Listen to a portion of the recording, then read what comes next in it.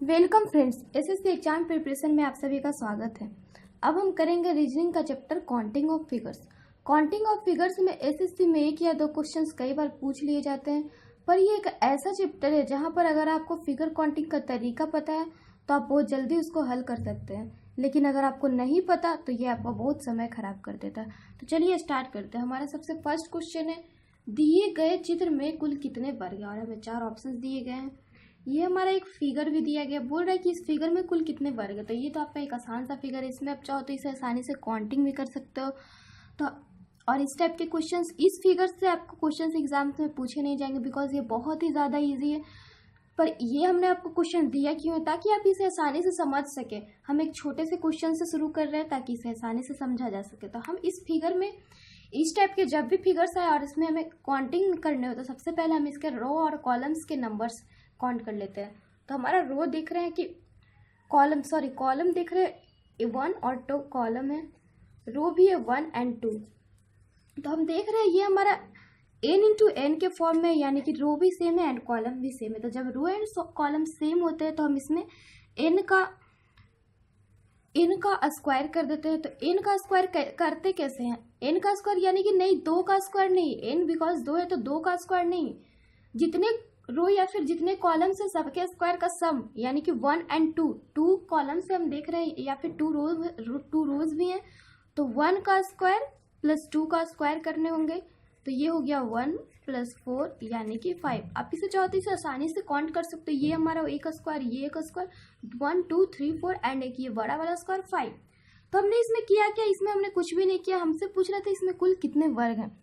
तो जब भी इस टाइप के क्वेश्चन आए तो हम सबसे पहले रो एंड कॉलम्स को काउंट कर लेते। तो ये हमारा देख रहे हैं यहाँ पे काउंट करें तो रो है कॉलम है 1 और 2, रो भी है 1 और 2, यानी कि रो एंड कॉलम्स की नंबर्स बराबर है। तो इसके हमें फॉर्मूले होते हैं n इंटू एन, ये हमारा n इंटू एन के फॉर्म में, तो इसके हमारा फॉर्मूला होता है n का स्क्वायर। तो n का स्क्वायर कैसे, 1 यहाँ पे हम देख रहे हैं कि टू रो या फिर 2 कॉलम से, तो 1 का स्क्वायर प्लस 2 का square equal to 1 plus 4 equal to 5।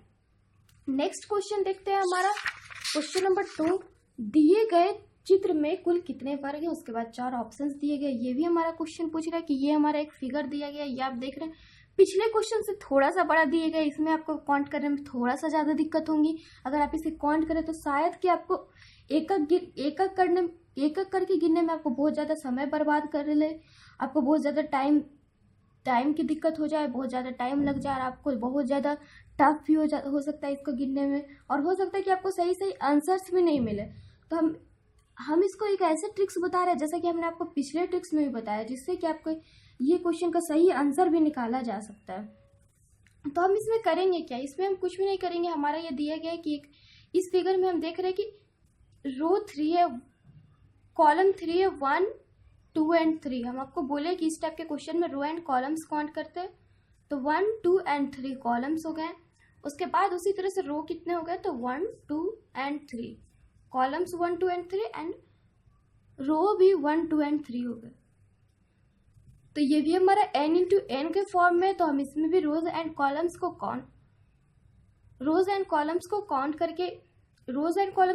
किए, तो हम देख रहे हैं 3 रोज एंड 3 कॉलम्स भी हैं। तो हम इसमें कैसे करेंगे, हम जैसा कि आपको पिछले क्वेश्चन में ट्रिक बताया n का स्क्वायर करते, तो n का स्क्वायर इसमें हम करेंगे कैसे, तो 1 का स्क्वायर प्लस 2 का स्क्वायर प्लस 3 का स्क्वायर, बिकॉज यहाँ पे 3 रोज या फिर 3 कॉलम्स है, तो जितने रोज एंड जितने कॉलम्स है उतना ही 1 से शुरू करते हैं। तो 1 का स्क्वायर 1 फर्स्ट रो के लिए, सेकेंड रो के लिए 2 का स्क्वायर, थर्ड रो के लिए 3 का स्क्वायर, इस तरह से 1 का स्क्वायर प्लस 2 का स्क्वायर प्लस 3 का स्क्वायर। तो ये हमारा कितना हो गया, 1 प्लस 4 प्लस 9 इक्वल टू 14, यानी कि ऑप्शन नंबर बी। तो इस क्वेश्चन में हमने किया क्या, कुछ भी नहीं किया।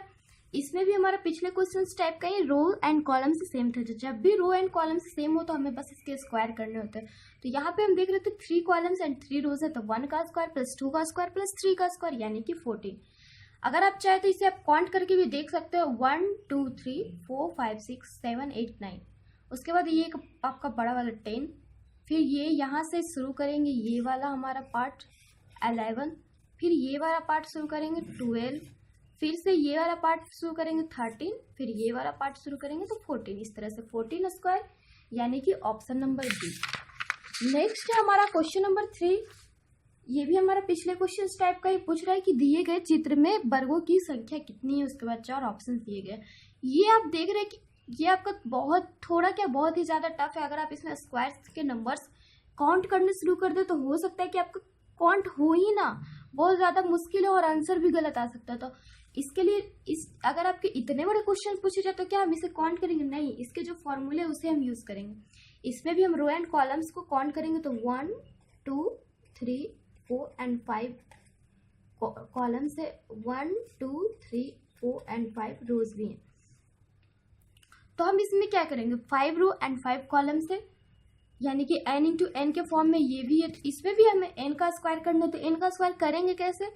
1 का स्क्वायर प्लस 2 का स्क्वायर प्लस 3 का स्क्वायर प्लस 4 का स्क्वायर प्लस 5 का स्क्वायर, यानी कि हो गया 1 प्लस 4 प्लस 9 प्लस 16 प्लस 25, यानी कि 55। Option number D, option number D. इसके आपको एक स्क्वायर के सम्स का एक फॉर्मूला आता है n इंटू 2n प्लस 1/6। इस टाइप से आपका एक फॉर्मूला आता है। आप चाहो तो इस फॉर्मूले को भी यूज करके आसानी से इसे कर सकते हो।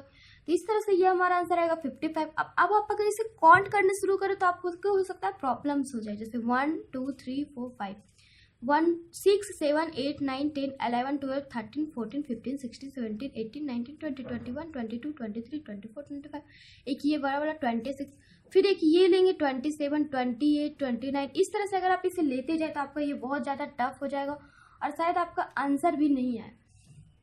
तो इसका आपका सबसे बेस्ट तरीका था 1 का स्क्वायर प्लस 2 का स्क्वायर प्लस 3 का स्क्वायर प्लस 4 का स्क्वायर प्लस 5 का स्क्वायर, यानी कि 55। Option number D. नेक्स्ट है क्वेश्चन नंबर 4। दिए गए चित्र में कितने वर्ग है? ये आपका पिछले दिए गए चित्र में कितने वर्ग है, तो हम इसमें क्या करेंगे? इसमें हम देख रहे हैं कि रोज एंड कॉलम्स के नंबर अलग अलग हैं। जैसे कि हम काउंट करें तो कॉलम से 1 2 3 4 एंड 5, एंड अगर रो काउंट करें तो 1 2 एंड 3। तो हम देख रहे हैं रो अलग है एंड कॉलम्स भी अलग अलग है, यानी कि ये m इंटू एन के फॉर्म में है। किसके फॉर्म में? तो m इंटू एन के फॉर्म में। तो हम इसे कैसे निकालेंगे? अगर ये हमारे m इंटू एन के फॉर्म में होता है तो इसका हमारा क्या तरीका होता है? सबसे पहले m इंटू एन यानी कि number of rose into number of columns, plus करेंगे m minus 1 into n minus 1, plus करेंगे m minus 2 into n minus 2। इसी तरह से ये हमारा एक सीरीज चलते जाएगा।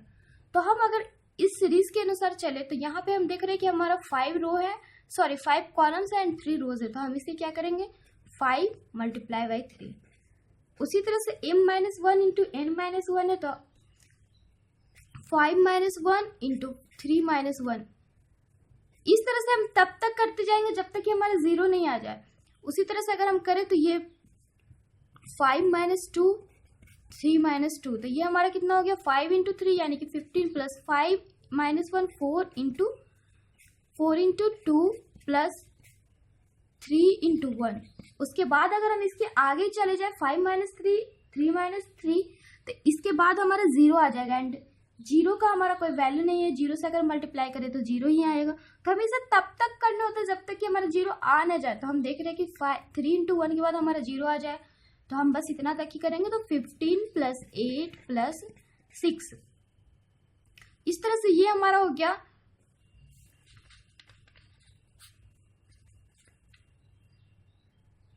m इंटू एन यानी कि 5 into 3 plus 4 into 2 plus 3 into 1, तो 15 प्लस 3 हो जाएगा। तो इस तरह से ये हमारा हो गया 26, यानी कि option number D, option number D. तो इस क्वेश्चन में हमने क्या कुछ भी नहीं किया। ये हमारा बोल रहा था कि दिए गए चित्र में कुल कितने वर्ग है, और यहाँ पे पिछले टाइप के क्वेश्चन में हमारे कंडीशंस थे कि रो एंड कॉलम सेम है। तो अगर हम उस फॉर्मूले के यूज करें तो उससे ये हमारा आंसर नहीं आएगा, because row and column same नहीं है। तो हमें इसमें क्या करना है m into n plus m minus 1 into n minus 1। इसी तरह से सीरीज को आगे बढ़ाना है जब तक कि 0 नहीं आ जाए। तो हमने इसी तरह से सीरीज को आगे बढ़ाया, तो 5×3 प्लस 4×2 प्लस 3×1, उसके बाद हम देख रहे हैं कि हमारा 0 आ जाएगा। तो इस तरह से हो गया 15 प्लस 8 प्लस 3 यानी कि 26, ऑप्शन नंबर डी। नेक्स्ट है हमारा क्वेश्चन नंबर 5, दिए गए चित्र में वर्गों की संख्या कितनी है। ये भी हमारा दिया गया है, उसके बाद 4 ऑप्शन दिए गए, पूछ रहे कि दिए गए चित्र में वर्गों की संख्या कितनी है।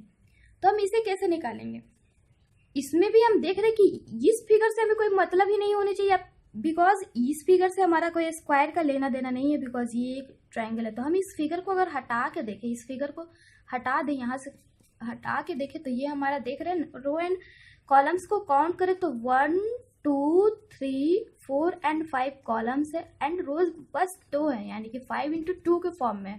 तो इसे भी हम पिछले फॉर्मूले के टाइप से ही करेंगे। तो हम इसे करेंगे कैसे, m×n plus m-1 into n-1, because इसके बाद हमारा 0 आ जाएगा। तो 5×2 प्लस m-1 यानी कि 5 - 1 4, 2 - 1 यानी कि 1। इस तरह से ये हमारा हो गया 10 प्लस 4 यानी कि 14, option number A, option number A. आप इसे चाहो तो काउंट भी कर सकते हो, 1 2 3 4 5 6 7 8 9 10। फिर ये एक हमारा हो गया 11, ये एक हो गया 12, ये एक हो गया 13, ये एक हो गया 14, यानी कि ऑप्शन नंबर ए।